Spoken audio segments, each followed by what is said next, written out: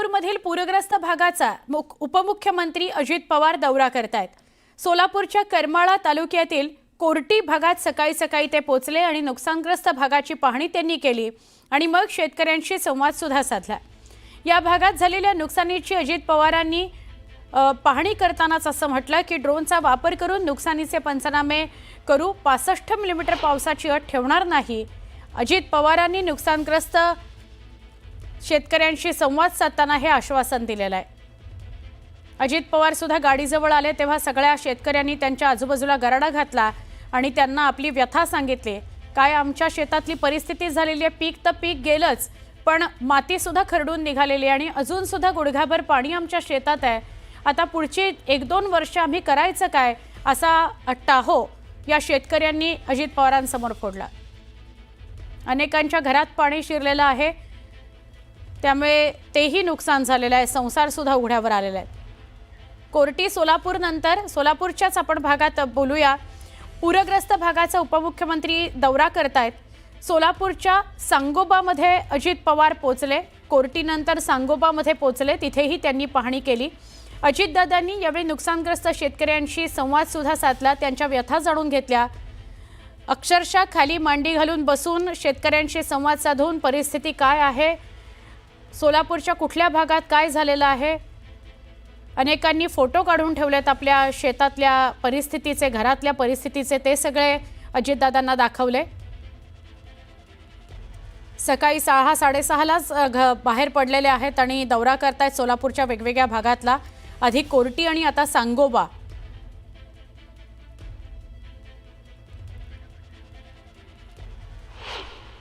सगळेच मंत्री, नेते, पालकमंत्री सगळेच बाहेर पडलेले आहेत। त्याचप्रमाणे पंकजा मुंडे या देखील जालन्यातील गोळेगाव इथं नुकसानग्रस्त भागाची पाहणी करायला दाखल झाल्या। गेल्या काही दिवसांपासून जालना जिल्ह्यात अतिवृष्टीनं हाहाकार माजवलेला आहे। त्या पार्श्वभूमीवर जालन्याच्या पालकमंत्री पंकजा मुंडेंनी सकाळीच जिल्ह्यातील गोळेगावातून पाहणीला सुरुवात केलेली आहे। ट्रॅक्टरवर बसून पंकजा मुंडे पूरग्रस्त भागाची पाहणी करतायत। यावेळी पंकजा मुंडेंसोबत भाजप आमदार बबनराव लोणीकर सुद्धा होते। बबनराव लोणीकर स्वतः ट्रॅक्टर चालवत होते आणि बाजूला पंकजाताई बसलेल्या होत्या। जालन्यातल्या अनेक भागांची पंकजा मुंडे सुद्धा पाहणी करणार आहेत। मुख्यमंत्री, दोन्हीही उपमुख्यमंत्री हे दौऱ्याकरता नुकसानग्रस्त भागात पोहोचलेले आहेत। सगळे पालकमंत्री सुद्धा शेतकऱ्याच्या बांधावर जात आहेत आणि काय नेमकी परिस्थिती आहे ती समजून घेण्याचा प्रयत्न करत आहेत। यावरून नुकसान भरपाई देण्यासाठीचे जे निकष आहेत ते ठरवले जातील, सगळे नेते मंत्री बसून। आता आपण जालन्यानंतर धाराशिवकडे वळूया। धाराशिवमध्ये सुद्धा मुसळधार पाऊस आहे आणि त्यामुळे पूर्ण जनजीवन विस्कळीत झाले। गेले 5-10 दिवस अशीच परिस्थिती धाराशिवमध्ये आहे। गेल्या काही दिवसांपासून सुरू असलेल्या पावसामुळे खैरी या नदीला पूर आला। पुरामुळे परंडा तालुक्यातील शेळगाव गावाला पूर्णपणे पुराच्या पाण्याचा वेढा बसला। शेतं तर शेतं, घरं सुद्धा पाण्याखाली गेलेली आहेत। लोकांना आता जगणं सुद्धा मुश्किल झालंय। संपूर्ण गावाला पुराचा वेढा बसलाय, त्यामुळे जनजीवन विस्कळीत झालेलं आहे। धाराशिवमध्ये भूम आणि परंडा हे 2 तालुके ज्याला प्रचंड पावसाचा तडाखा बसलाय। आपण थेट बोलणार आहोत बालाजी निरफळ यांच्याशी। ते आता याच भागामध्ये आहेत, पूरग्रस्त परिस्थिती तेही बघतायत समोर। बालाजी, आपण तर गेली काही दिवस सलग दाखवतोय की काय परिस्थिती आहे भूम परंडा या सगळ्या भागामध्ये, काय सांगाल अधिक? आत्ता आपण कुठे आहात, काय परिस्थिती आहे? सुवर्णा, मी आता सोलापूरच्या मुंगशी या गावात आहे, जिथं अजित पवार उपमुख्यमंत्री थोड्याच वेळात दाखल होतील। मी मुंगशीचे सुवर्णा पहिल्यांदा तुला दृश्य दाखवतो। हा मुंगशी परिसर आहे, मुंगशी गाव आहे आणि याच्या पलीकडेच परंडा तालुका आहे। परंडा तालुक्यातील सीना कोळेगाव धरणाचं जे पाणी सोडलेलं आहे, याच नदीमार्फत या मुंगशी गावातून हे पाणी वाहतं। पाण्याचं स्वरूप जर बघितलं सुवर्णा, तर किती आसपासच्या परिसरात नुकसान असेल याचा अंदाज येऊ शकतो।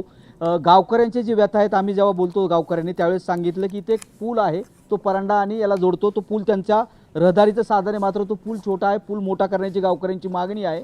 ज्या पद्धतीत पाणी आलंय, गावचा काही दिवसापासून संपर्क तुटला होता। आपल्यासोबत गावकरी सुद्धा या घडीला आपल्यासोबत आहेत। अजित दादा पवार सुद्धा थोड्या वेळात या गावात दाखल होतील। लांबोटीचा त्यांनी दौरा केलेला आहे, त्यांनी तिथे शेतकऱ्यांशी संवाद साधला। आपल्यासोबत गावकरी, काय बाबा, काय परिस्थिती आहे?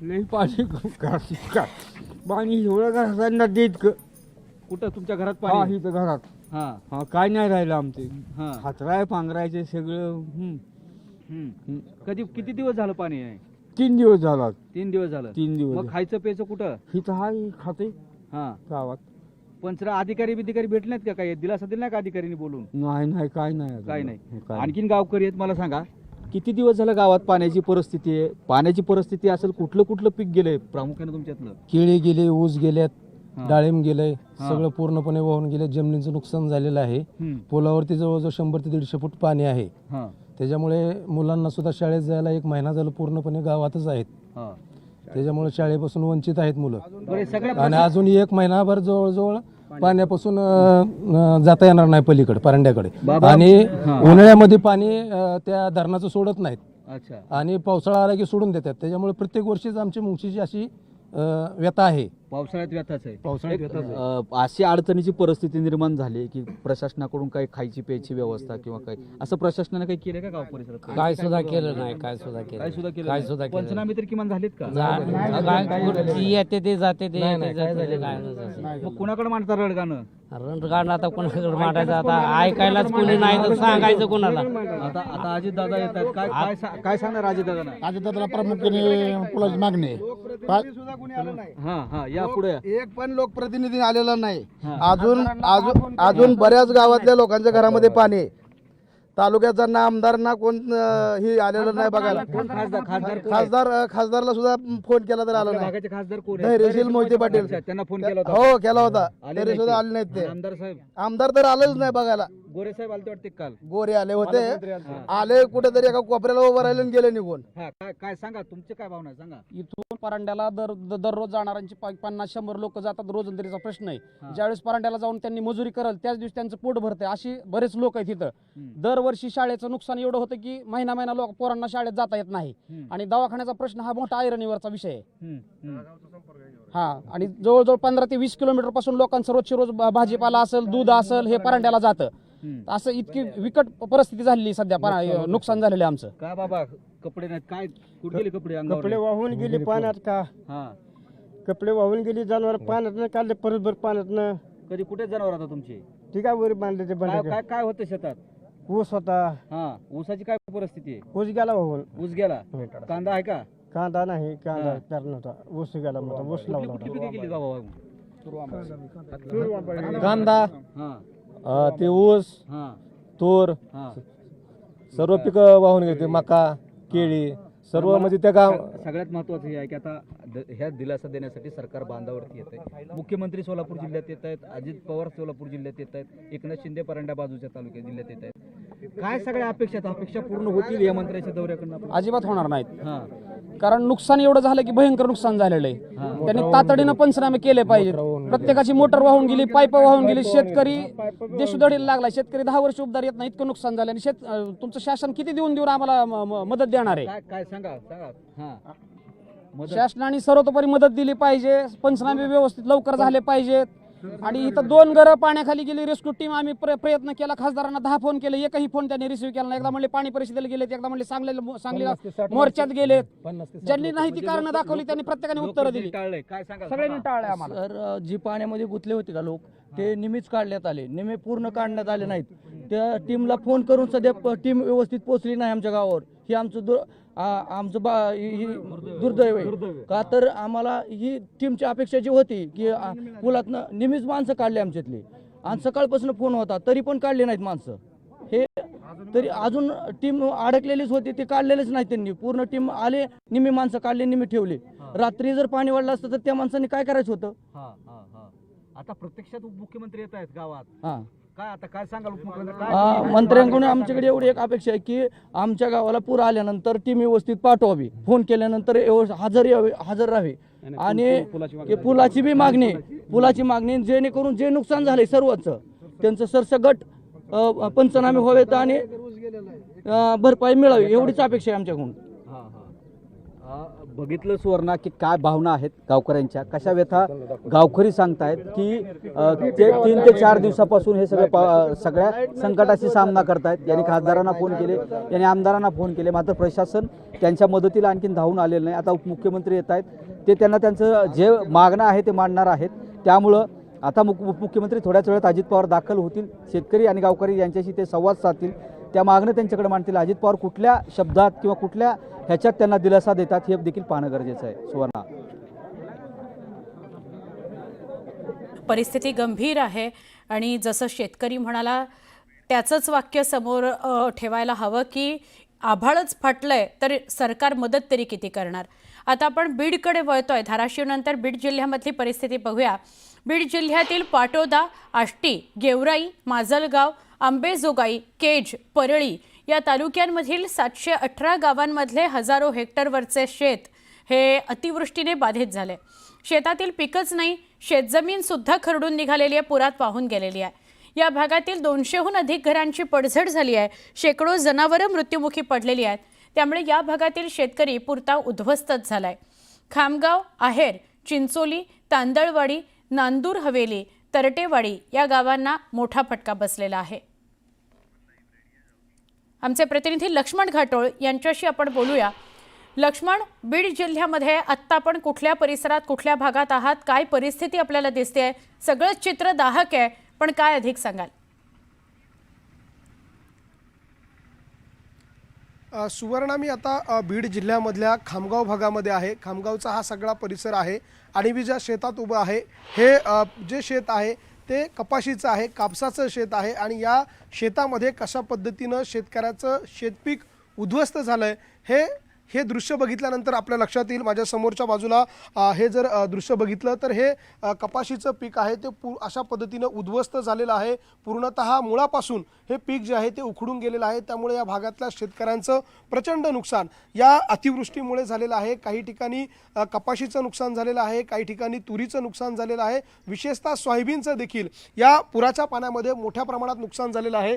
समोर सिंदफणा नावाची एक नदी आहे. आता मी ज्या ठिकाणी उभा आहे त्यापासून जवळपास अर्धा ते 1 किलोमीटर अंतरावरती ही सिंदफणा नदी आहे आणि त्याच नदीचं पात्र जे आहे ते अशा पद्धतीनं दोन्ही बाजूला विस्तारलं आणि या विस्तारलेल्या पाण्यामध्ये अशा पद्धतीनं या शेतकऱ्यांचं शेती पीक जे आहे ते वाहून गेलेलं आहे आणि त्यामुळे नदीच्या काठावर असलेली जी गावं आहे, ज्या वस्त्या आहे, जे शेतं आहे ते दोन्ही बाजूने जवळपास 1-1 किलोमीटरपर्यंत बाधित झालेले आहे आणि त्यामुळे या भागातल्या शेतकऱ्यांचं अतोनात नुकसान झालेलं आहे. सुवर्ण, जर आपण बघितलं तर या शेती पिकावरती या शेतकऱ्यांचा वर्षभराचा उदरनिर्वाह जो आहे तो अवलंबून असतो. येणारी दिवाळी जी आहे ती देखील याच पिकामधून मिळणाऱ्या उत्पन्नावर त्यांची अवलंबून होती. मात्र ते पीक आता त्यांच्या हातातून गेलेलं आहे. त्यामुळे अपेक्षा फक्त सरकारच्या मदतीची आहे. मात्र या भागामध्ये गेल्या 2 दिवसापासून जे रेस्क्यू केलं जात होतं, मदत कार्य केले जात होते, हे सगळे लोक आपल्यासोबत आहे. काही शेतकरी आहे, काही रेस्क्यू करणारी ही स्थानिक लोक आहेत. आपण त्यांच्याशी बोलणार आहोत. तुमच्या या तालुक्यामध्ये कुठल्या कुठल्या पिकांचं विशेषतः मोठ्या प्रमाणात नुकसान झालेलं दिसतंय? आमच्याकडं कापूस, ऊस, सोयाबीन ह्या पिकाचं नुकसान मोठ्या प्रमाणात झालेलं आहे. जमिनी आमच्या सगळ्या खडून गेलेल्या आहेत. तर तुमच्या माध्यमातून सरकारला हेच विनंती करणार की तुमचे निकष थोडे बाजूला ठेवून हेक्टरी किंवा कशी काय मदत करता येईल जे की शेतकरी वर्षभर जगल ह्या पद्धतीची मदतीची अपेक्षा आम्हाला सरकारकडून आहे. सरकारकडून मदतीच्या अपेक्षा आहे. तुमचं कसलं शेत आहे आणि काय नुकसान झालंय? आमचा कापूस गेला, ऊस गेले, सोयाबीन गेले, सगळं कापाशी ते सगळं गेलं. किती नुकसान झालं? लय नुकसान झालं. आता नुकसान लय झालं. नुकसान खूप झालेलं आहे. आपण बघतोय सुवर्णा, माझ्या समोर जर बघितलं तर हे शेती पीक आहे ज्यामध्ये सर्वत्र आपल्याला पाणीच पाणी पाहायला मिळतंय. हा शेतकरी आहे ज्याचं हे शेत आहे. आपण त्याच्याशी बोलणार आहोत. काय नुकसान झालंय दादा तुमचं या पुराच्या पाण्यामुळे आणि किती भागाला फटका बसलाय? आमचं ह्या पुराच्या पाण्यामुळं कापूस गेला, सोयाबीन गेली, बाजरी लावली होती ती बाजरी बी गेली आणि माझ्या 20 नाळ्या वाहून गेल्या, 1000 कडबा गेला. आता आम्ही सरकारने आम्हाला मदत करायला पाहिजे. सध्या काय मदतीची अपेक्षा आहे सरकारकडून? आम्हाला दिवाळी पाहिजे. दिवाळीला पैसे जे येणार होते ते नाही. आम्हाला मुलीचे लग्न करायचे आहेत, लग्नाला पैसे नाहीत. आम्ही काय करावं आता सध्या? कशावर अवलंबून होतं तुमचं? आमच्या साऱ्या शेतीवरच अवलंबून होतं. कुठलं प्रामुख्यानं असं पीक होतं की ज्यातून तुम्हाला येणाऱ्या दिवाळीला उत्पन्न मिळणार होतं? कापूस होतं, सोयाबीन बी होती, बाजरीचं पीक होतं. तर बाजरी बी टोटल संपूर्ण गेली. 100% माल गेलेला आहे सध्या. काही शेत जमीन वाहून गेली का? हा, जमीन बी वाहून गेली, खांदू वावर गेलेत सारे. सुवर्ण, आपण बघतोय बीड जिल्ह्यामधली ही परिस्थिती आहे. बीड जिल्ह्यामध्ये ज्या पद्धतीनं पाऊस झालेला आहे, अतिवृष्टी झालेली आहे ती आपल्याला पाहायला मिळते. जवळ गुडघा एक पाय जो आहे तो अशा पद्धतीनं शेतजमिनीमध्ये जातोय. नुकसान या शेतकऱ्यांचं प्रचंड झालेलं आहे. त्यामुळे अशा परिस्थितीमधून या शेतकऱ्यांना उभं राहायचं आहे, या शेतजमिनी सुधारायच्या आहे, त्यानंतर येणारं पीक घ्यायचं आहे. त्यामुळे 1 वर्षाचा काळ या शेतकऱ्यांना या सगळ्या संकटातून बाहेर पडण्यासाठी जाणार आहे. त्यामुळे 1 वर्षभरासाठी या शेतकऱ्यांना जगण्यासाठी लागणारं साहित्य असेल, ते खरेदी करण्यासाठी लागणारा पैसा असेल, मुलांची फी असेल, त्याचबरोबर मुलांच्या शिक्षणाचा खर्च असेल, लग्नकार्य असतील, या सगळ्यासाठी जे उत्पन्न त्यांना या शेतातून मिळणार होतं ते सगळं उत्पन्न त्यांचं अशा पद्धतीनं उद्ध्वस्त झालेलं आहे. त्यामुळे या भागातला शेतकरी पुरता उद्ध्वस्त झालेला आहे. नद्यांनी आपला पात्र जे आहे ते सोडून शेतकऱ्यांच्या शेतात अतिक्रमण केलेलं आहे आणि त्यामुळे शेती पिकाचं मोठ्या प्रमाणात नुकसान झाल्याचं आपल्याला पाहायला मिळतंय. बीड जिल्ह्यामध्ये जवळपास हजारो हेक्टरवरचं शेती पिकांचं नुकसान झालेलं आहे. जवळपास 750हून अधिक गावांना या बीड जिल्ह्यामधल्या वेगवेगळ्या नद्यांच्या माध्यमातून फटका बसलेला आहे. त्यामुळे या भागातलं जे हजारो हेक्टरवरचं नुकसान झालं आहे, ज्यामध्ये जनावरांचा देखील मृत्यू झालेला आहे. जे दुग्धी जनावर आहे, ज्यामध्ये गाय असतील, शेळ्या असतील, हे दुग्धी जी जनावर आहे ज्यातून उत्पन्न मिळतं ते देखील यामध्ये वाहून गेलेलं आहे. चाळी वाहून गेलेलं आहे, घरं पडलेली आहे. त्याचबरोबर या भागामध्ये असलेल्या अंगणवाड्या, शाळा त्यामध्ये पाणी गेलेलं आहे. जे घरामध्ये धान्य साठवलेलं होतं ते देखील या पुराच्या पाण्यामध्ये वाहून गेलेलं आहे. त्यामुळे या शेतकऱ्यांना आता अपेक्षा फक्त केवळ सरकारच्या मदतीची आहे. मायबाप सरकारने जर या शेतकऱ्यांना मदत केली तर हा शेतकरी उभा राहू शकेल, जगू शकेल. असं जर झालं नाही, सरकारची मदत जर तुटपुंजी झाली तर मात्र मराठवाड्यामध्ये पुन्हा एकदा आत्महत्यांसारखं एक सत्र जे आहे ते पाहायला मिळेल अशी भीती जी आहे ती देखील या सगळ्यामुळे आता व्यक्त केली जाते. सुवर्णा, नक्की धन्यवाद लक्ष्मण, आपण माहिती दिली त्याबद्दल. बीडच्या खामगावात होते आमचे प्रतिनिधी लक्ष्मण घाटोळ. महाराष्ट्रात काय परिस्थिती आहे ती बघायची आहे. एक छोटासा